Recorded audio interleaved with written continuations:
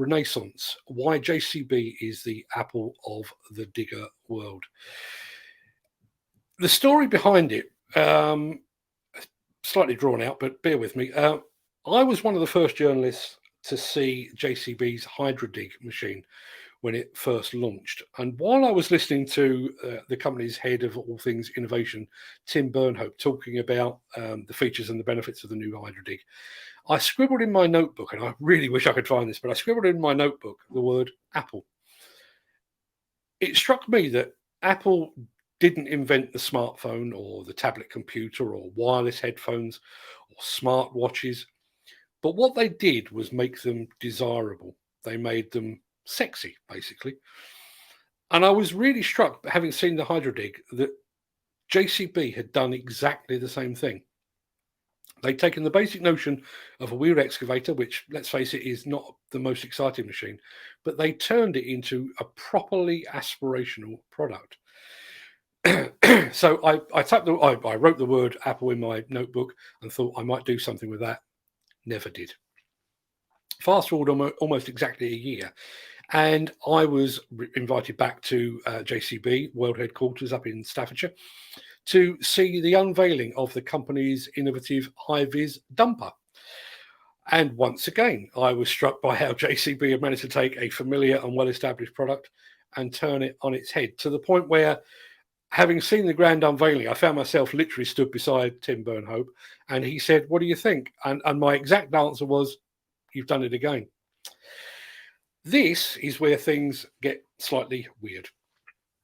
So I went away and I wrote the book without actually telling JCB I was going to do it.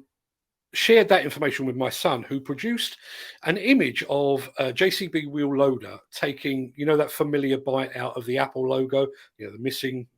I could probably show you if we'd find my phone, but my phone is my overhead camera, so I can't do that. But that familiar missing part of the Apple.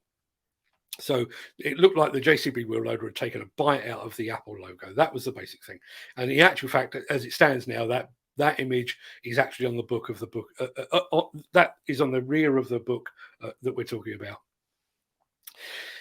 I got that far, but I still had a few questions and a few final gaps that needed filling in. So I called the good folks at JCB, and they invited me back up to the JCB World Headquarters. Now, I'm going to take a slight diversion very, very quickly. On the way there, I was involved in a car crash. Move on.